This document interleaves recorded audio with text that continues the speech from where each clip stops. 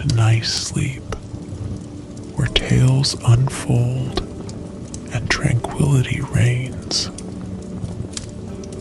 I'm Alex, your host for tonight's journey into the curious tale of the boy who wanted to learn to shudder.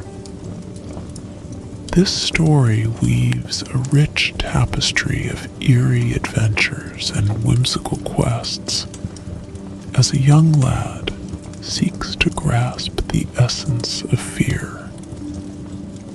As we trace his fearless steps through chilling challenges and spectral encounters, we uncover the secret to the shudder he so desires.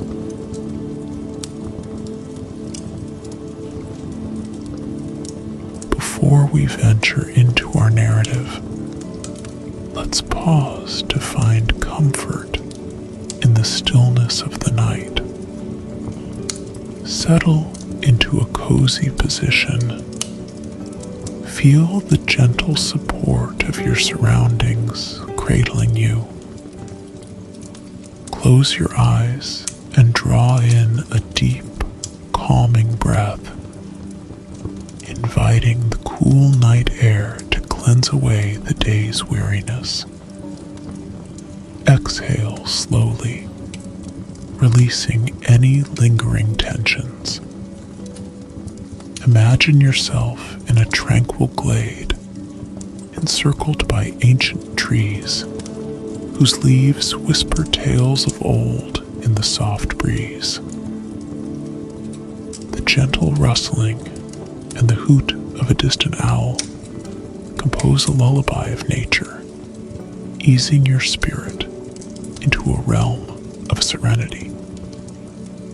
With each word of our story, let yourself drift deeper into relaxation, your heart open, your mind clear, ready to traverse the enigmatic forest with the boy who wanted to learn to shudder.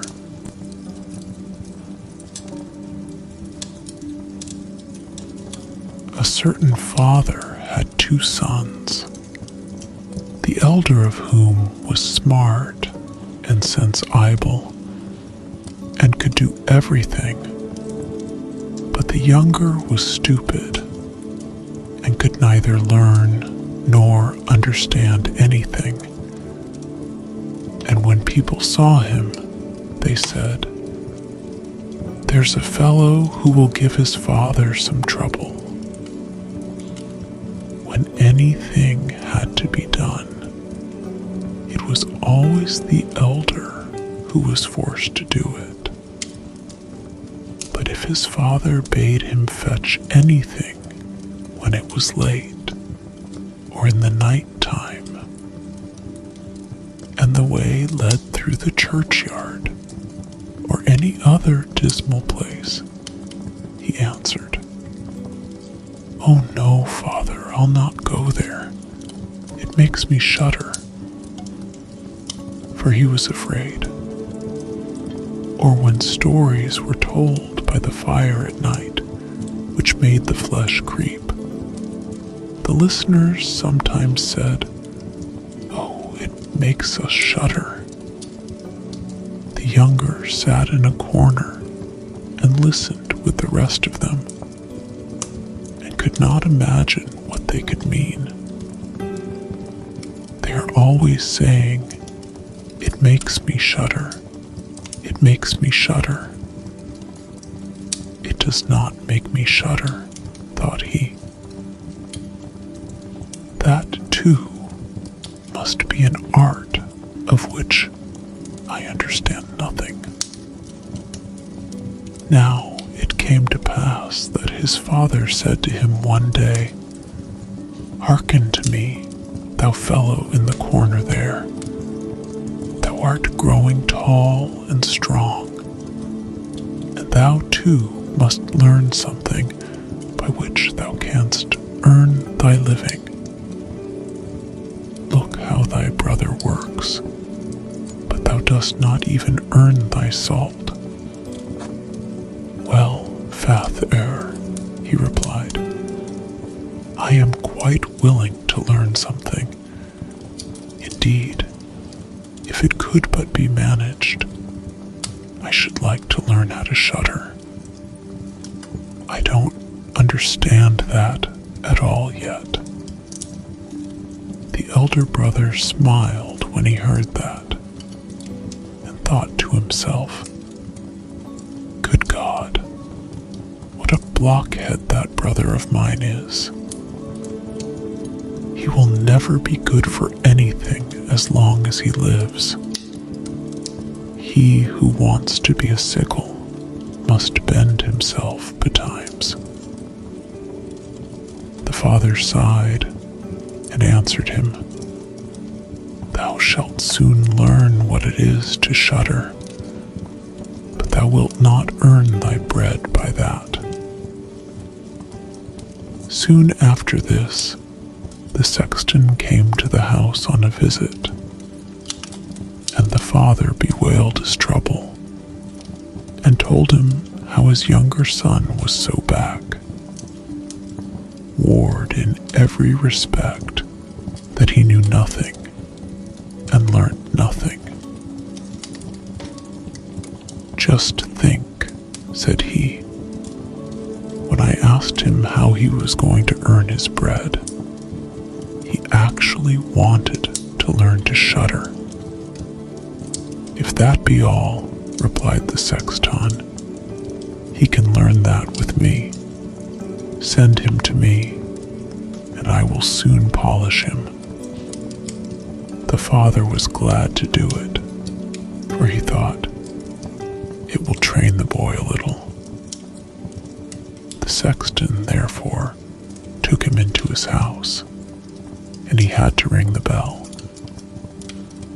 After a day or two, the sexton awoke him at midnight, and bade him arise, and go up into the church tower, and ring the bell. "Thou shalt soon learn what shuddering is," thought he, and secretly went there before him. And when the boy was at the top of the tower and turned round, and was just going to take hold of the bell rope, he saw a white figure standing on the stairs opposite the sounding hole. "Who is there?" cried he. But the figure made no reply, and did not move or stir. "Give an answer," cried the boy, "or take thyself off. Thou hast no business here at night."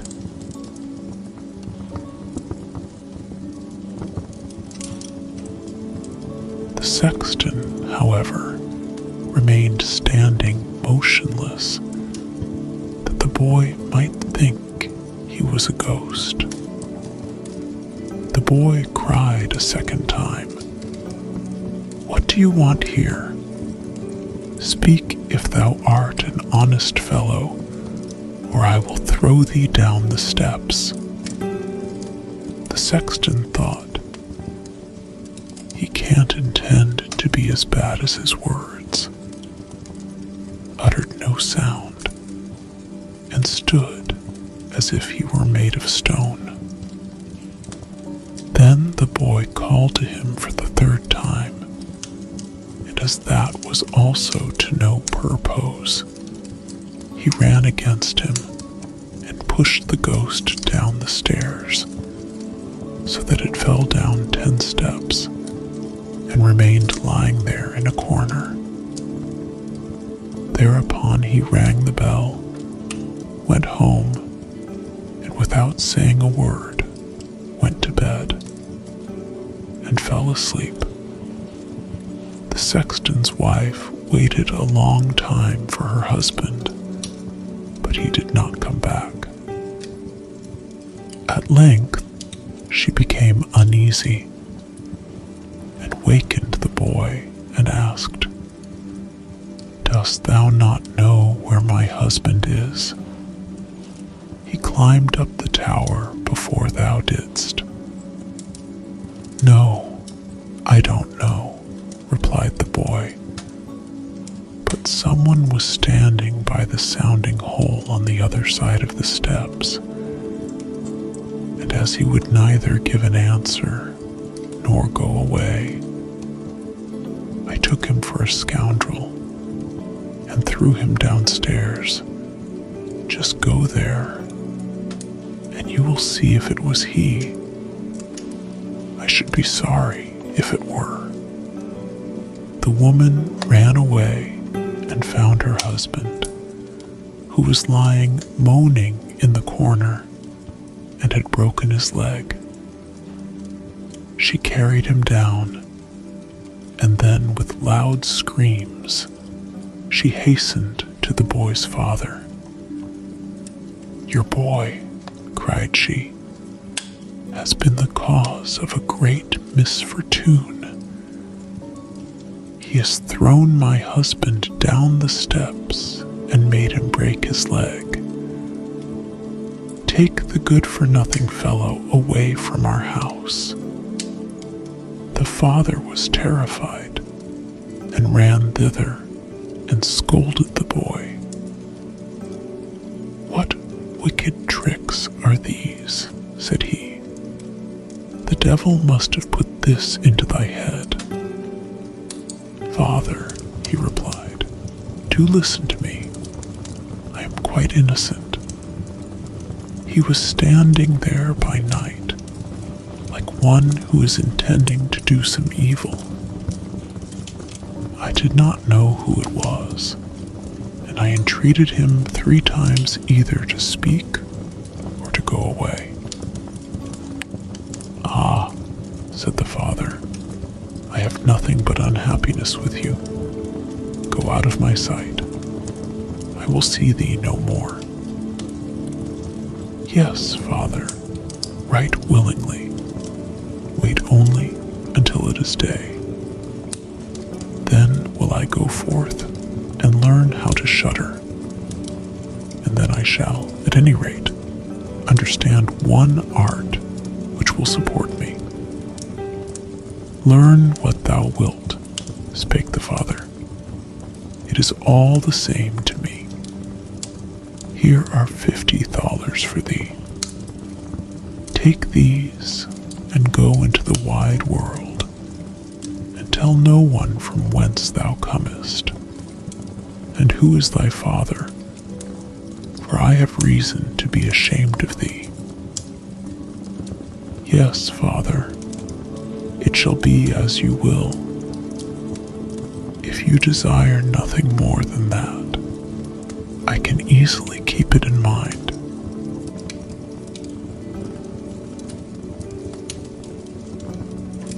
When day dawned, therefore, the boy put his 50 thalers into his pocket and went forth on the great highway, and continually said to himself, if I could but shudder, if I could but shudder. Then a man approached who heard this conversation which the youth was holding with himself. And when they had walked a little farther to where they could see the gallows, the man said to him, Look, there is the tree where 7 men have married the rope-maker's daughter, and are now learning how to fly. Sit down below it, and wait till night comes, and you will soon learn how to shudder. If that is all that is wanted, answered the youth, it is easily done. But if I learn how to shudder as fast as that, thou shalt have my 50 thalers. Just come back to me early in the morning. Then the youth went to the gallows, sat down below it, and waited till evening came. And as he was cold, he lighted himself a fire, but at midnight the wind blew so sharply that in spite of his fire, he could not get warm. And as the wind knocked the hanged men against each other, and they moved backwards and forwards, he thought to himself, "Thou shiverest below by the fire, but how those up above must freeze and suffer." And as he felt pity for them, he raised the ladder and climbed up, unbound one of them after the other, and brought down all 7. Then he stirred the fire, blew it, and set them all round it to warm themselves. But they sat there and did not stir, and the fire caught their clothes. So he said, "Take care, or I will hang you up again." The dead men, however, did not hear, but were quite silent, and let their rags go on burning. On this, he grew angry and said, "If you will not take care, I cannot help you. I will not be burnt with you." And he hung them up again, each in his turn. Then he sat down by his fire and fell asleep. And the next morning the man came to him and wanted to have the 50 thalers, and said, "Well, dost thou know how to shudder?" "No," answered he. "How was I to get to know? Those fellows up there did not open their mouths, and were so stupid that they let the few old rags which they had on their bodies get burnt."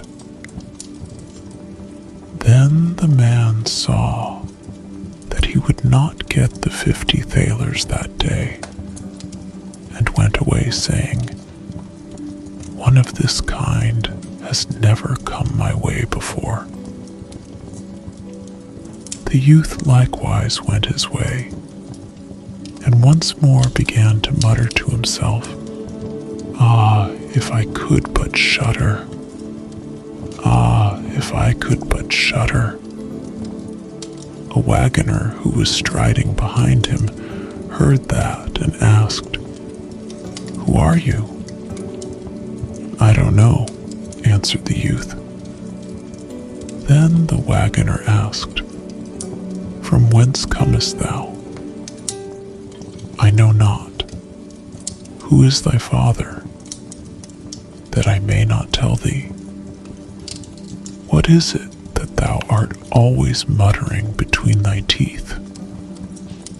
"Ah," replied the youth, "I do so wish I could shudder, but no one can teach me how to do it." "Give up thy foolish chatter," said the wagoner. "Come, go with me. I will see about a place for thee." The youth went with the wagoner, and in the evening they arrived at an inn where they wished to pass the night. Then at the entrance of the room, the youth again said quite loudly, "If I could but shudder! If I could but shudder!" The host, who heard this, laughed and said,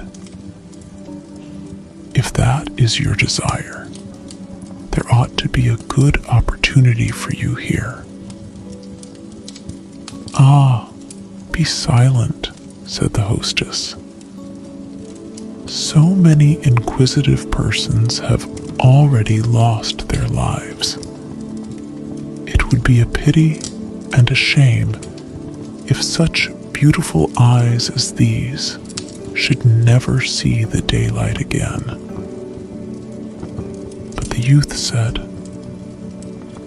However difficult it may be, I will learn it. And for this purpose, indeed, have I journeyed forth. He let the host have no rest until the latter told him that not far from thence stood a haunted castle where anyone could very easily learn what shuddering was, if he would but watch in it for 3 nights. The king had promised that he who would venture should have his daughter to wife, and she was the most beautiful maiden the sun shone on. Great treasures likewise lay in the castle, which were guarded by evil spirits, and these treasures would then be freed, and would make a poor man rich enough. Already, many men had gone into the castle, but as yet, none had come out again. Then the youth went next morning to the king and said, if he were allowed, he would watch 3 nights in the haunted castle. The king looked at him, and as the youth pleased him, he said, thou mayest ask for 3 things to take into the castle with thee, but they must be things without life. Then he answered, then I ask for a fire, a turning lathe, and a cutting board with the knife. The king had these things carried into the castle for him during the day. When night was drawing near, the youth went up and made himself a bright fire in one of the rooms, placed the cutting board and knife beside it, and seated himself by the turning lathe. Ah, if I could but shudder, said he, but I shall not learn it here either. Towards midnight, he was about to poke his fire, and as he was blowing it, something cried suddenly from one corner, "Ow, meow, how cold we are." "You simpletons," cried he, "what are you crying about? If you are cold, come and take a seat by the fire, and warm yourselves." And when he had said that, 2 great black cats came with one tremendous leap, and sat down on each side of him, and looked savagely at him with their fiery eyes. After a short time, when they had warmed themselves, they said, "Comrade, shall we have a game at cards?" "Why not?" he replied, "but just show me your paws." Then they stretched out their claws. "Oh," said he, "what long nails you have. Wait, I must first cut them for you." Thereupon he seized them by the throats, put them on the cutting board, and screwed their feet fast. "I have looked at your fin gears," said he, "and my fancy for card playing is gone." And he struck them dead and threw them out into the water. But when he had made away with these 2, and was about to sit down again by his fire, out from every hole and corner came black cats and black dogs with red-hot chains. And more of them came, until he could no longer stir, and they yelled horribly and got on his fire, pulled it to pieces, and tried to put it out.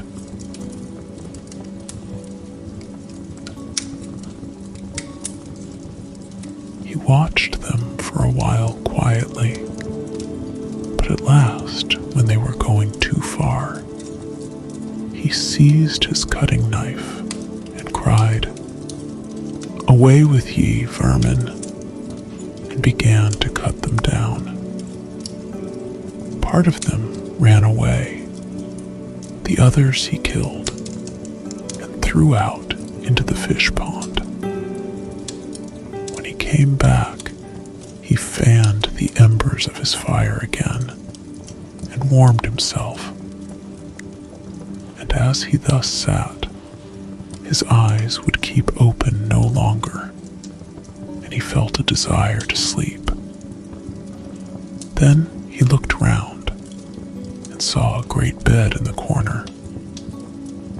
"That is the very thing for me," said he, and got into it. When he was just going to shut his eyes, however, the bed began to move of its own accord and went over the whole of the castle. "That's right," said he, "but go faster." Then the bed rolled on, as if 6 horses were harnessed to it, up and down, over thresholds and steps. But suddenly, hop, hop, it turned over upside down and lay on him like a mountain. But he threw quilts and pillows up in the air, got out, and said, "Now, anyone who likes may drive," and lay down by his fire and slept till it was day. In the morning, the king came, and when he saw him lying there on the ground, he thought the evil spirits had killed him, and he was dead. Then said he, "After all, it is a pity. He is a handsome man." The youth heard it, got up and said, "It has not come to that yet." Then the king was astonished, but very glad, and asked how he had fared. "Very well indeed," answered he. "One night is past, the 2 others will get over likewise." Then he went to the innkeeper, who opened his eyes very wide and said, "I never expected to see thee alive again. Hast thou learnt how to shudder yet?" "No," said he, "it is all in vain. If someone would but tell me." The second night he again went up into the old castle, sat down by the fire, and once more began his old song, "If I could but shudder." When midnight came, an uproar and noise of tumbling about was heard. At first it was low, but it grew louder and louder. Then it was quiet for a while, and at length, with a loud scream, half a man came down the chimney and fell before him. "Hullo!" cried he. "Another half belongs to this. This is too little."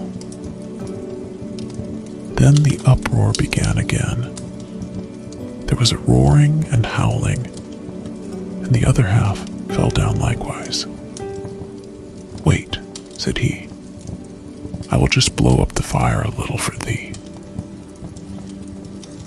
When he had done that, and looked round again, the 2 pieces were joined together, and a frightful man was sitting in his place. "That is no part of our bargain," said the youth.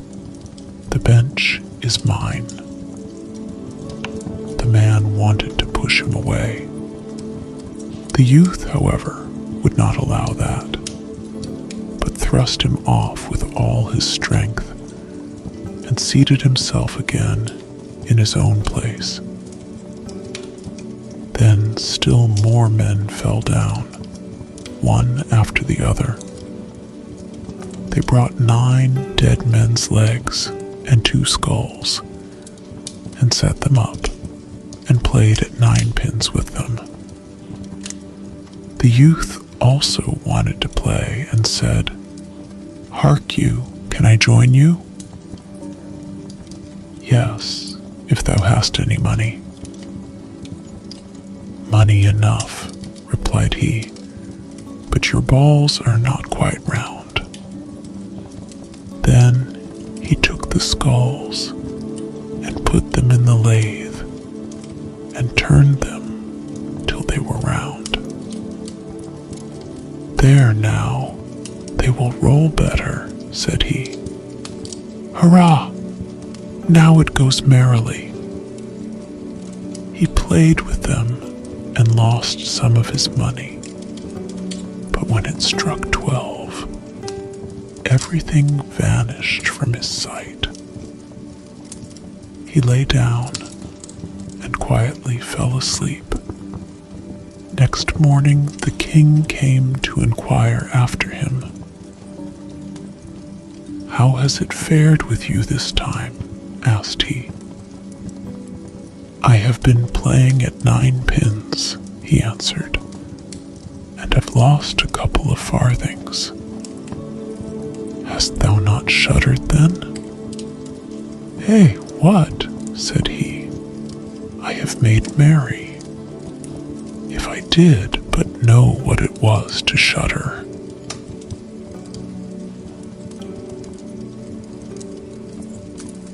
The third night he sat down again on his bench and said quite sadly, "If I could but shudder." When it grew late, 6 tall men came in and brought a coffin. Then said he, "Ha, ha, that is certainly my little cousin, who died only a few days ago." And he beckoned with his finger and cried, "Come, little cousin, come." They placed the coffin on the ground, but he went to it and took the lid off, and a dead man lay therein. He felt his face, but it was cold as ice. "Stop," said he, "I will warm thee a little," and went to the fire and warmed his hand and laid it on the dead man's face, but he remained cold. Then he took him out and sat down by the fire and laid him on his breast and rubbed his arms that the blood might circulate again. As this also did no good, he thought to himself, when 2 people lie in bed together, they warm each other, and carried him to the bed, covered him over, and lay down by him. After a short time, the dead man became warm too, and began to move. Then said the youth, "See, little cousin, have I not warmed thee?" The dead man, however, got up and cried, "Now will I strangle thee." "What?" said he. "Is that the way thou thankest me? Thou shalt at once go into thy coffin again."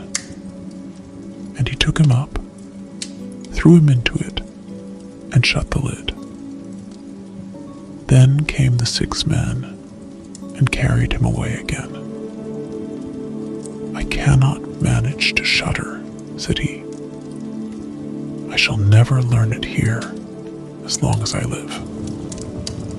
Then a man entered who was taller than all others and looked terrible. He was old, however, and had a long white beard. "Thou wretch," cried he, "thou shalt soon learn what it is to shudder, for thou shalt die." "Not so fast," replied the youth. "If I am to die, I shall have to have a say in it." "I will soon seize thee," said the fiend.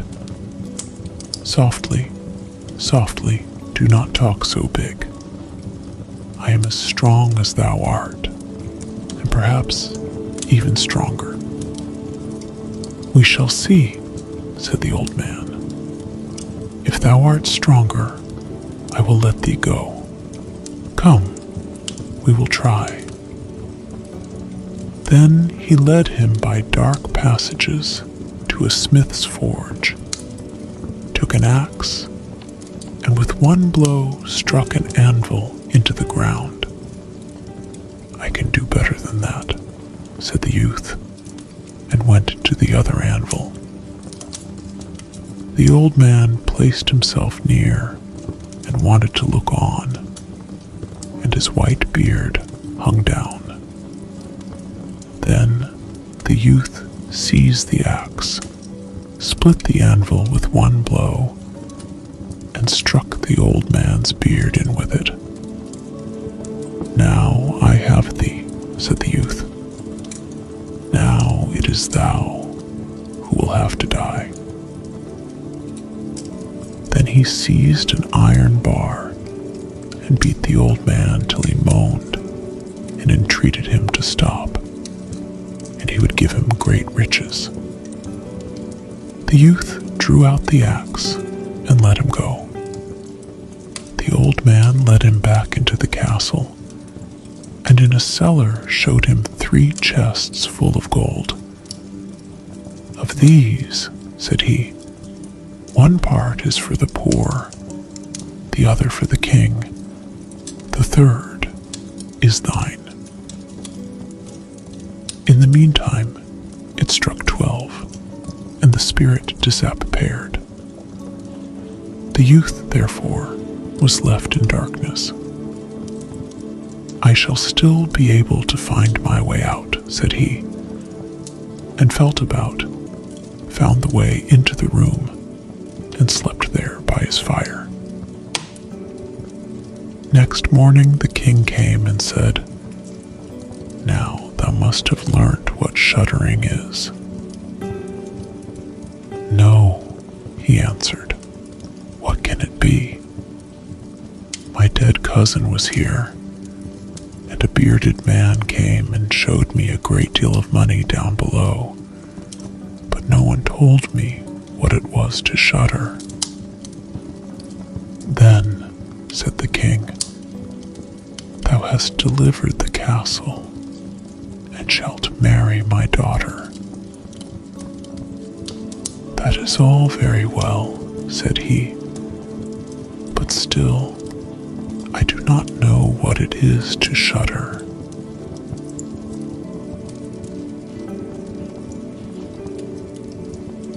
Then the gold was brought up, and the wedding celebrated. But howsoever much the young king loved his wife, and however happy he was, he still said always, "If I could but shudder, if I could but shudder."